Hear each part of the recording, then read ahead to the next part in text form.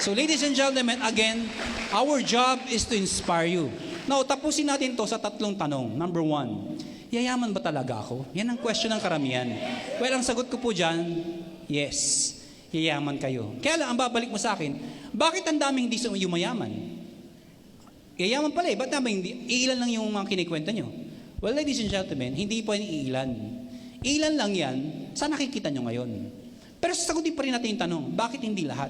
Kasi hindi po lahat pwedeng yumaman. Parang ganito, hindi lahat ng doktor yumaman. Hindi lahat ng artista yumaman. Hindi lahat ng nag-abroad yumaman. Hindi lahat ng negosyo yumaman. Nakuha niyo ako? Pwede kang yumaman? Oo. Pero sagot, depende pa rin sa'yo. Kahit anong ibigay namin, sabihin sa inyo, ikaw pa rin ang gagawa ng sarili mong buhay. Nakuha niyo ako? Parang kwento ng dalawang magkapatid. Lumang kwento. Sabi yung magkapatid kasi, Chinese, namamatay na yung tatay nila. Sabi ng tatay, asan aking panganay? Lumapit yung panganay, andito po ako. Asan aking bunso? Lumapit yung bunso, andito po ako. May importante ako sasabihin sa inyo. Parang lasing lang, ano?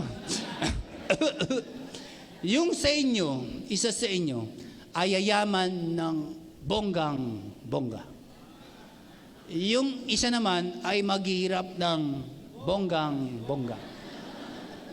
Yung yayaman ay si...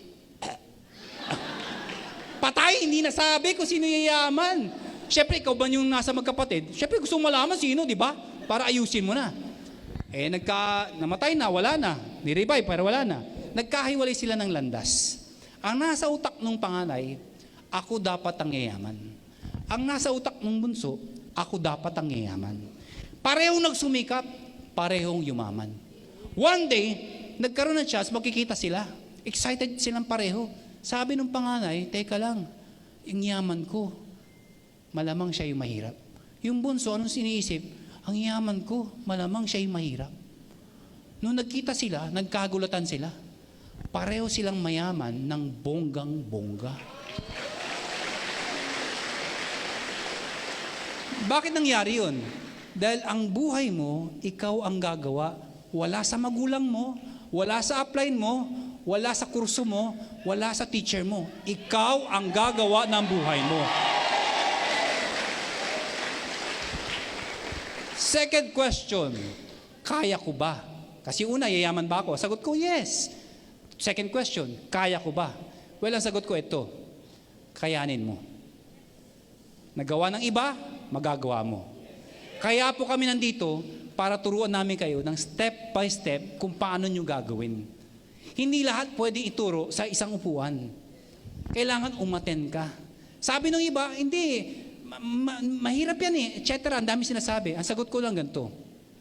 Sa school, ang mga matatalino magkakasama. Napansin niyo ba yun? Di ba sa school, mula nung elementary, high school, college ako, isa lang napansin ko, yung matatalino magkakasama. Yung mga bobo magkakasama. Napansin niyo ba yun? Totoo, di ba? Yung mga nagkukupyan magkakasama. Yan. Yung mga maingay magkakasama. Yung tahimik magkasama. Dahil di magkaintindihan, yung maingay sa katahimik. Kami mga may itsura. So anong sinasabi ko? Pipiliin niyo ho ang taong papakinggan ninyo. Pag gusto mong yumaman, dumikit ka, makinig ka sa mayaman. Pag gusto mong maging lawyer, dumikit ka, makinig ka sa lawyer. Gusto mong maging chismoso, dumikit ka sa mga chismosa. Nakuha niyo ako? So the technique is, didikit lang po kayo sa mga kasing gantong sizzle, sa mga seminars, umaten ka ng umaten para makakuha ka ng tip. So yung question, kaya mo ba? Kanina lang sa taas Sabi ni Carlo, sir, dati kong kasambahay niya. Ngayon, successful na. Dati niya lang kasambahay. Bakit?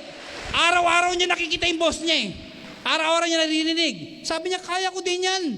Mag-iimbita lang pala Ito ang pinakasimple negosyo sa lahat. Ang mag-iimbita lang. Yes, maraming hindi maniniwala. Pero ang sagot ko, itong tanong ko sa'yo, mga kaibigan, anong pwede mong gawin para yumaman na mag-iimbita lang? Dito lang yan sa empowered consumerism. And finally, last. Anong future natin dito? Pera-pera lang tayo? Well, ladies and gentlemen, ito po sagot ko. Sabihin mo ng pera-pera. Dahil puro pera pinag-uusapan. Pero alam niyo ba, pinakamasarap sa lahat? Many years ago, ako po'y nasa baba. Mahirap, magulo, ang hirap ng buhay sa baba. Nagko-commute po ako, kumakain po ako sa mga tabi-tabi, totoo po yan. Nag-1, 2, 3 din po ako sa jeep. Na-experience, wala pang bayad eh. Gusto niyo ituro ko? Paano yung technique? Ay, wag na, joke lang. Yun.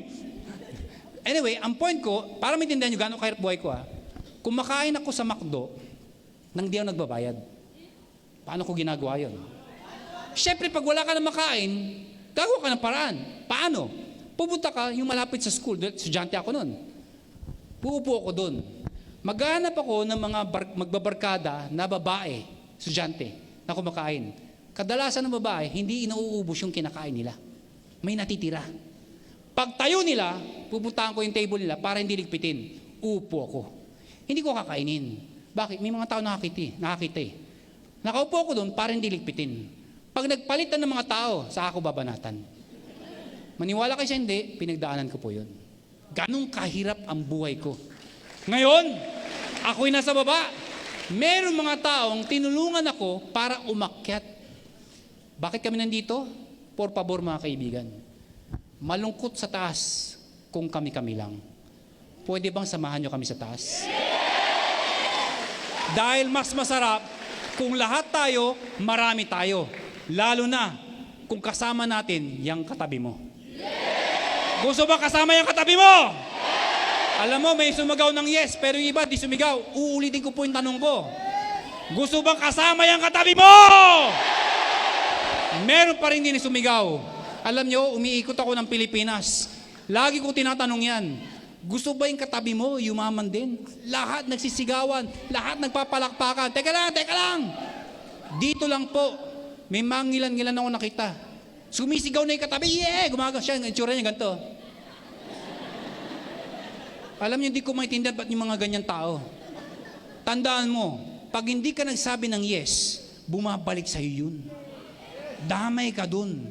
Sabi ko nga pag ikaw nasa baba, hindi pwedeng pagtaas mo, doon ka lang. Bababa ka ulit para tulungan yung mga nasa baba para umakyat ulit. Uulitin ko po ang tanong ko.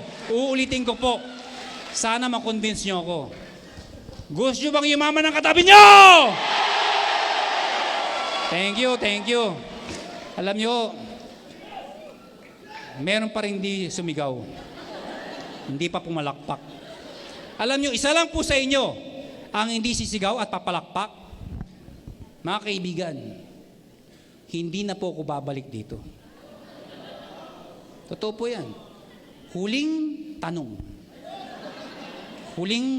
Pag merong hindi nag-yes pumalakpak, sabihin mo, maawa ka na. Huling tanong.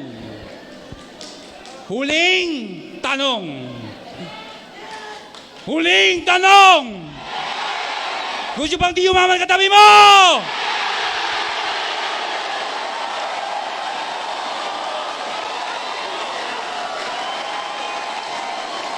Thank you. Puna po kayo. Ang ganda ng tanong ko. Ang linaw ng tanong ko Sabi ko, gusto bang di yumaman yung katabi nyo? Nagtayuan pa kayo. Yung isa dyan, sabi ko, gusto bang di yumaman yung katabi nyo? Ang galing nyo, mga taga Laguna. Joke lang po yun, joke lang. Ladies and gentlemen, sumali ka o hindi, yung tao nag-imbita sa'yo, mag-iimbita pa rin yan. Hindi naman sila titigil Ang tanong lang, sasabay ka ba o magpapaiwan ka? Ladies and gentlemen, this is like a plane of opportunity.